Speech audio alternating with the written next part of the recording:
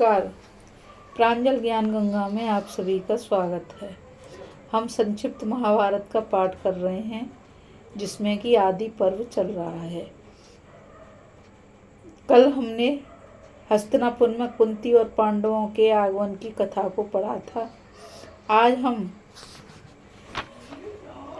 सत्यवती आदि का देह त्याग और दुर्योधन का भीमसेन को विष देना की कथा पढ़ रहे हैं, जो कि इस प्रकार है। वैशंपायन जी कहते हैं, जन्मेजय श्राद्ध के बाद पांडु के कुटुंबी बहुत ही दुखी हो रहे थे। दादी सत्यवती तो दुख और शोक के आवेश से पागल सी हो रही थी। अपनी माता को अत्यंत व्याकुल देखकर व्यास जी ने उनसे कहा, माता जी, अब सुख का समय बीत गया, बड़े बुरे दिन आ रहे हैं। दिन दिन पाप की बढ़ती होगी। पृथ्वी की जवानी जाती रही, छल कपट और दोषों का बोलबाला हो रहा है। धर्म, कर्म और सदाचार लुप्त हो रहे हैं।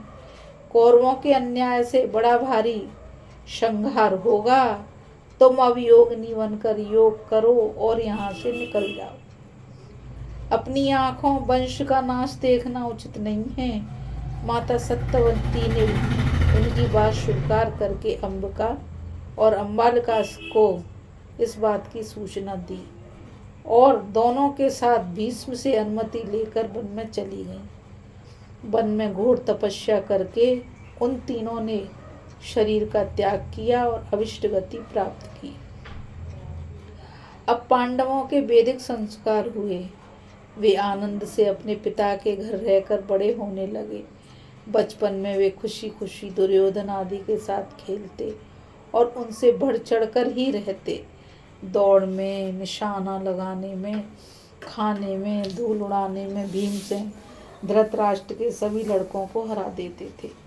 भीमसेन चुपके से छिपकर उनका सिर पकड़ लेते और एक दूसरे से टक्कर मारते। अकेले भीमसेन सभी भाइयों को बाल पकड़कर खींचते और जमीन में घसीटने लगते। वे 10-10 बालकों को अंकवार में भरकर पानी में डुबकी लगाते। जब दुर्योधन आदि बालक किसी वृक्ष पर चढ़कर फल तोड़ते तो ये पैर की ठोकर से पेड़ को ही हिला देते और ऊपर से फलों के साथ बच्चे टपक पड़ते। भीमसेन को कुश्ती में, दौड़ने में या किसी प्रकार के युद्ध में कोई हरा नहीं पाता था। भीमसेन होड़ के कारण ही ऐसा करते थे। उनके मन में कोई वैर विरोध नहीं था, परंतु दुर्योधन के मन में भीमसेन के प्रति दुर्भाव ने घर कर लिया। वह अपने अंतःकरण के दोष से भीमसेन में रात दिन दोष ही दोष देखता। मोह और लोभ के कारण दोष का चिंतन करने से वह स्वयं दोषी बन गया। उसने यह निश्चय किया कि नगर के उद्यान में सोते समय भीमसेन को गंगा में डालना और युधिष्ठिर तथा अर्जुन को कैद करके सारी पृथ्वी का राज्य करें। ऐसा निश्चय करके वह मौका देखने लगा। दुर्योधन ने एक बार जल विहार के लिए गंगा के तट पर प्रमाण कोटि स्थान में बड़े बड़े तंबू और खेमे लगवाए।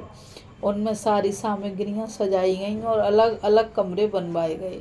उस स्थान का नाम रखा गया उदक क्रीड़न। चतुर्रसोइये ने खाने पीने की वस्तुएं तैयार की। दुर्योधन के कहने पर युधिष्ठिर ने वहां की यात्रा स्वीकार कर ली और सब मिलजुल कर नगर आकार रथों और हाथियों पर सवार हो वहां गए। उन लोगों ने प्रजा को तो रास्ते में से ही लौटा दिया और स्वयं वन की शोभा देखते देखते बाग में जा पहुँचे। वहां जाकर सभी राजकुमार परस्पर एक दूसरे को खिलाने पिलाने में जुट गए। दुरात्मा दुर्योधन ने भीमसेन को मार डालने की बुरी नीयत से उनके भोजन की सामग्री में पहले से ही विष मिला दिया। उसने बड़ी मिठास से मित्र और भाई की तरह आग्रह करके भीमसेन को सब परोस दिया और वे अनजान में सबका सब खा गए। दुर्योधन ने समझा, ठीक है, अब मेरा काम बन गया। इसके बाद जल क्रीड़ा हुई। जल क्रीड़ा करते करते भीमसेन थक गए और सबके साथ खेमे में आकर सो गए। वे रग रग में विष फैल जाने से निश्चेष्ट यानी कि बेहोश हो गए। दुर्योधन ने स्वयं लता की रस्सियों से भीमसेन के मुर्दे के समान शरीर को बांधा और गंगा के ऊंचे तट से जल में धकेल दिया। भीमसेन इसी अवस्था में नागलोक में जा पहुंचे। वहां विषैले सांपों ने भीमसेन को खूब डसा। सर्पों के डसने से कालकूट का प्रभाव कम हो गया। यद्यपि सांपों ने उनके मर्म स्थान पर भी डसने की चेष्टा की, परंतु उनका चाम इतना कठोर था कि वे कुछ नहीं कर सके। विष उतरने से भीमसेन सचेत हो गए और सांपों को पकड़ पकड़ कर पटकने लगे। बहुत से सांप मर गए और बहुत से डरकर भाग गए। भगे हुए सांपों ने नागराज वासुकी के पास जाकर सब वृतांत निवेदन किया। वासुकी नाग स्वयं भीमसेन के पास आए। उनके साथ ही आर्यक नाग ने भीमसेन को पहचान दिया। आर्यक नाग भीमसेन के नाना थे। वह भीमसेन से बड़े प्रेम के साथ मिले। वासुकी ने आर्यक से पूछा, हम लोग इसको क्या भेंट दें? इसको बहुत सा धन देकर भेज दो। आर्यक ने कहा, नागेंद्र, यह धन रत्न लेकर क्या करेगा? आप प्रसन्न हैं तो इसे उन कुंडों का रस पीने की आज्ञा दीजिए जिनसे सहस्त्रों हाथियों का इसको बल प्राप्त हो। नागों ने भीमसेन से स्वास्थ्य वाचन कराया और वे पवित्र हो पूरब की तरफ मुख करके बैठकर रस पीने लगे। बलशाली भीमसेन एक घूंट में एक कुंड पी जाते। इस प्रकार 8 कुंड पीकर वे नागों के निर्देश अनुसार एक दिव्य सैया पर जाकर सो गए। इधर नींद टूटने पर कौरव और पांडव खूब खेल कूद कर बिना भीमसेन के ही हस्तिनापुर के लिए रवाना हो गए। वे आपस में यह कह रहे थे कि भीमसेन आगे ही चले गए होंगे। दुर्योधन अपनी चाल चल जाने से फूला न समाता था। धर्मात्मा युधिष्ठिर के पवित्र हृदय में भीमसेन की स्थिति की कल्पना भी नहीं हुई। वे दुर्योधन को भी अपने ही समान शुद्ध समझते थे। उन्होंने माता कुंती के पास जाकर पूछा, माताजी, भीमसेन यहाँ आ गए क्या? हमने तो वहाँ भी उनको बहुत ढूंढा, परंतु ना मिलने पर सोचा कि घर चले गए होंगे। आपने उन्हें कहीं भेजा है क्या? हम बड़े व्याकुल हो रहे हैं। यह सुनकर कुंती घबरा गई। उन्होंने कहा, भीमसेन यहाँ नहीं आया, उसे शीघ्र ढूंढने का प्रयत्न करो। कुंती माता ने तुरंत विदुर को बुलवाया और बोली, विदुर जी, भीमसेन का पता नहीं, सब आ गए परंतु वह नहीं लौटा। दुर्योधन की दृष्टि में वह सर्वदा खटकता रहता है। दुर्योधन बड़ा क्रूर, क्षुद्र, लोभी और निर्लज्ज है। कहीं उसने क्रोधवश मेरे वीर पुत्र को मार न डाला हो। मेरे हृदय में बड़ी जलन हो रही है। विदुर जी ने कहा, कल्याणी, ऐसी बात मुंह से मत निकालो, शेष पुत्रों की रक्षा करो। दुरात्मा दुर्योधन से पूछने पर वह और चिढ़ जाएगा। दूसरे पुत्रों पर भी आपत्ति आ जाएगी। महर्षि व्यास के कथन अनुसार तुम्हारे पुत्र दिग्रायु हैं। भीमसेन चाहे कहीं भी हो, लौटेगा अवश्य। विदुर जी समझा बुझाकर चले गए। कुंती माता चिंतित हो गई। उधर नागलोक में बलवान भीमसेन 8वें दिन रस पच जाने पर जगे। नागों ने भीमसेन के पास आकर उन्हें बहुत तसल्ली दी और कहा, आपने जो रस पिया है वह बड़ा बलवर्धक है। आप 10,000 हाथियों के समान बलवान हो गए। युद्ध में आपको कोई नहीं जीत सकेगा। अब आप दिव्य जल से स्नान करिए। पवित्र श्वेत वस्त्र धारण करिए और अपने घर को पधारिए। आपके विछोह से सभी भाई अत्यंत दुखी हो रहे हैं।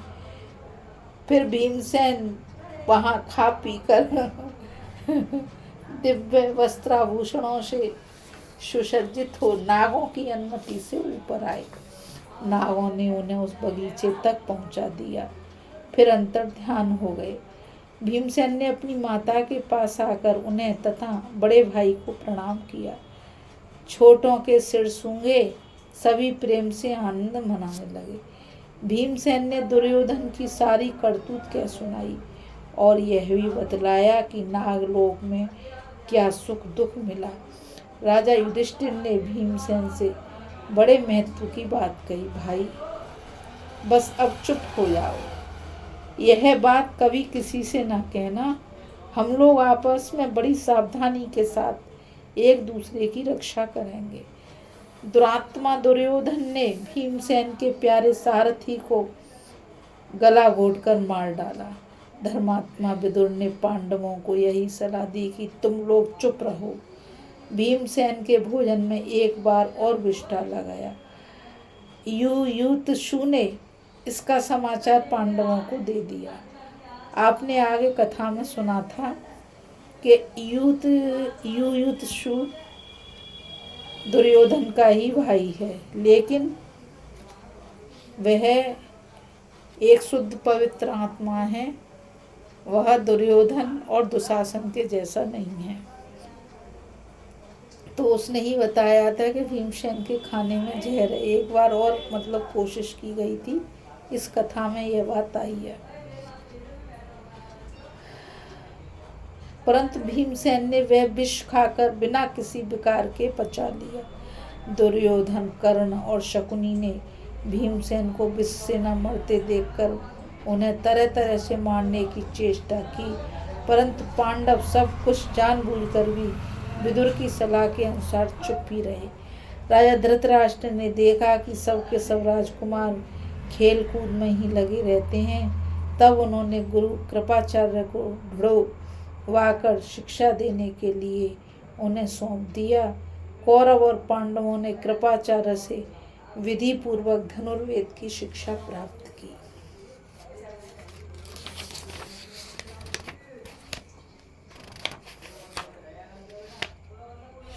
अभी हम सत्यवती आदि का देह त्याग और दुर्योधन का भीमसेन को विष देना की कथा को सुन रहे थे, और कल हम कृपाचार्य, द्रोणाचार्य और अश्वत्थामा का जन्म तथा उनका कौरवों से संबंध की कथा पढ़ेंगे। आज की कथा में बस इतना ही, और मुझ गीता रावत को आज्ञा दीजिए। कल एक नई कथा के साथ फिर मिलते हैं। और हाँ, मैं आप सभी से यही कहना चाहूँगी कि इस चैनल को आप सभी ज़्यादा से ज़्यादा लाइक, शेयर और सब्सक्राइब करिए, ताकि यह अमूल्य ज्ञान अधिक से अधिक लोगों तक पहुँच सके। आज इस कथा में बस इतना ही।